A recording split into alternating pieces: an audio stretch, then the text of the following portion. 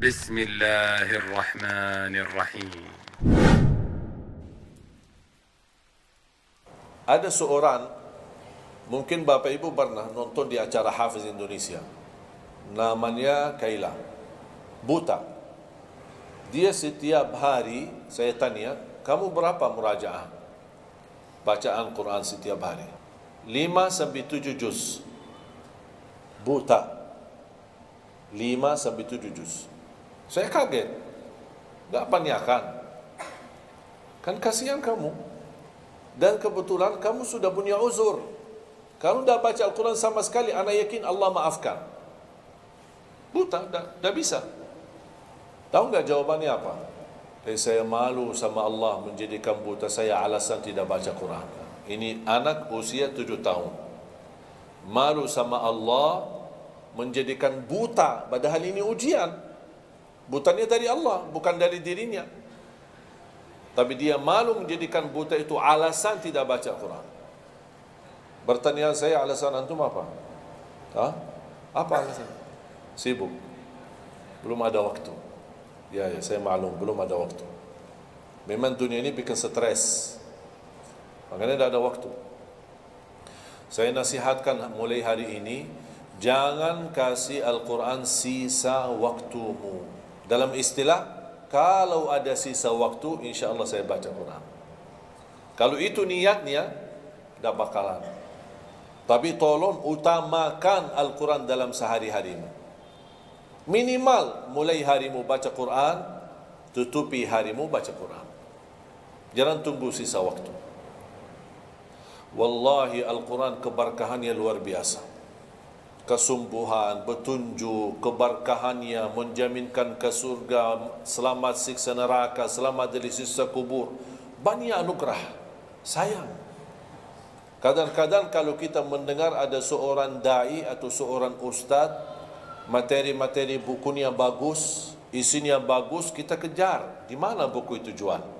Kita cari informasi, di mana buku itu jual? Ini tulisan manusia.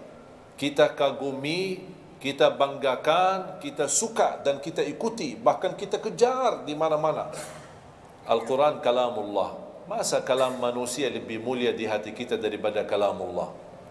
Jangan kita terharu ketika mendengar seorang berceramah, tapi berkali-kali kita simak ayat suci Al-Quran tidak pernah meneteskan air mata, seperti mendengar surat kabar atau koran.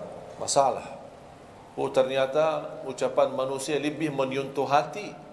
Padahal kata Allah, kalau Al-Quran diturunkan di atas gunung bisa hancur jadi tanah basir. Jangan lewat satu hari belum baca Quran. Tidak bisa baca, masih bisa simak, dengar. Setelkan murattal dari HP-mu. Semakin banyak perhatian kamu kepada Al-Quran, semakin banyak perhatian Allah kepadamu. Terserah kamu milih. Mau dapat perhatian dari Allah cuma 1 jam, ya udah 1 jam aja baca Quran. Mau perhatian dari Allah selalu, udah selalu bersama Al-Quran. Karena ini Quran kalamullah, bukan makhluk, bukan diciptakan, diturunkan. Kalamullah, ucapan Allah Subhanahu wa taala. Masa kita tidak tertarik? Cukup karena ini kalamullah, itu sudah cukup membuat kita tertarik. Masa kalam manusia lebih kita tertarik daripada kalamullah? Belum apalagi dijanjikan setiap satu huruf 10 kebaikan. Boleh enggak saya baca sambil khatam tapi saya tidak faham isinya? Boleh. Tetap dapat pahala setiap satu huruf 10 kebaikan. Baca sampai mempelajari isi maknanya, memahami maknanya, lebih besar lagi pahalanya. Membaca, memahami, menhayati lagi, lebih besar lagi pahalanya. Membaca, memahami, menhayati, menamalkan, lebih besar lagi. Kalau tidak bisa meraih semua pahala itu, ya paling minimal pahala bacaan. Kalau saya tidak dapat meraih pahala menhayati, pahala memahami, pahala menamalkan, apalagi saya orang awam tidak begitu mengerti apa yang semestinya saya amalkan, la yukallifullahu nafsan illa wus'aha. Amalkan sesuai kemampuan. Ada pelajaran ayat yang dibacakan tadi, kita bisa ambil maknanya, kita mengambil kesimpulannya. Jangan kita menjadi seperti golongan yang datang hari kiamat malah minta tolong diselamatkan oleh Allah dari neraka. Kalau di hari kiamat tidak bisa saling menolong, tidak bisa. Sekarang kita masih bisa saling membantu dan saling menolong. Dan di antaranya menolong diri sendiri. Jangan menunggu di hari kiamat. Jangan kita bisa tolong menolong. Di hari kiamat orang tua tidak bisa menolong anaknya. Anaknya pun larikan diri daripada orang tua. Tak ada yang mau kenal. Cuba baca akhir surat Abasa. Yauma yafirrul mar'u min akhihi. Di hari itu kakak adik melarikan dirinya dari saudaranya. Wa ummihi wa abi, melarikan diri pada bapaknya dan ibunya.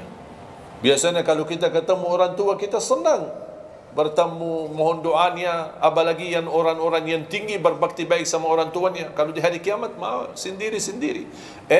Jangan kita yang melarikan diri sendiri. Para nabi dan rasul semuanya doanya salim salim, ya Allah selamatkan, ya Allah selamatkan. Ini nabi, kira-kira kita gimana? Yauma yafirrul mar'u min akhihi wa ummihi wa abihi wa sahibatihi wa bani. Sampai dari istrinya pun dia melarikan diri. Mohon maaf sendiri-sendiri. Saya tidak bisa tolong kamu. Jangankan kita sama istri kita atau sama anak-anak kita. Rasulullah sallallahu alaihi wasallam pernah berkata sama Siti Fatimah, anaknya Nabi Muhammad, "Ittaqillah fa inni wallahi la ughni anki min Allah syai'a." Hei anakku Fatimah, bertakwalah kepada Allah, karena aku tidak bisa membantu kamu nanti di kemudian hari. Sendiri-sendiri. Salim salim. Selamatkan ya Allah. Ini kesempatan. Sebelum kita menjadi na'udzubillah salah alamat daripada ke surga menjadi ke neraka, kita sekarang perbaiki kemana arahan kita, kemana jalan kita. Kita yang milih, tidak ada yang memaksa. Taat, Allah hanya menyuruh kita taat, tapi Allah tidak pernah maksa. Kira-kira kalau tidak salat dapat pukulan? Ada yang memukul kita? Ada yang melemparkan kita dalam batu sampai bata kepala kita? Ada? Tidak ada. Taat, Allah menyuruh taat, tapi Allah tidak pernah maksa. Sama juga syaitan, menyuruh kita dosa maksiat, tapi syaitan tidak pernah maksa kita. Sebagaimana ayat tadi dibacakan, ayat surah Ibrahim ayat 22, syaitan berkata, aku tidak punya kuasa di atas kalian, tapi aku hanya menyuruh kalian terlalu cepat taati. Kata syaitan, terlalu cepat respon, aku hanya menyuruh. Da'autukum fastajabtum li. Makanya sekarang jangan melialahkan, saya tidak bisa bantu kalian dan kalian pun tidak bisa bantu aku. Kita dua-duanya dijerumuskan dalam neraka, na'udzubillah. Oleh karena itu jemaah sekalian, kesempatan mumpun masih kita umur, masih punya kesehatan, manfaatkan. Karena akan datang satu saat, sekarang bukan masalah umur, masalah sehat. Tiba-tiba bisa sakit. Rasul mengingatkan, ketika anda sehat dan masih punya umur, jangan sia-siakan, karena akan datang satu saat anda tidak sehat dan tidak bisa maksimal ibadah. Selama anda masih bisa dan mampu maksimal ibadah, manfaatkan, jangan dirugikan.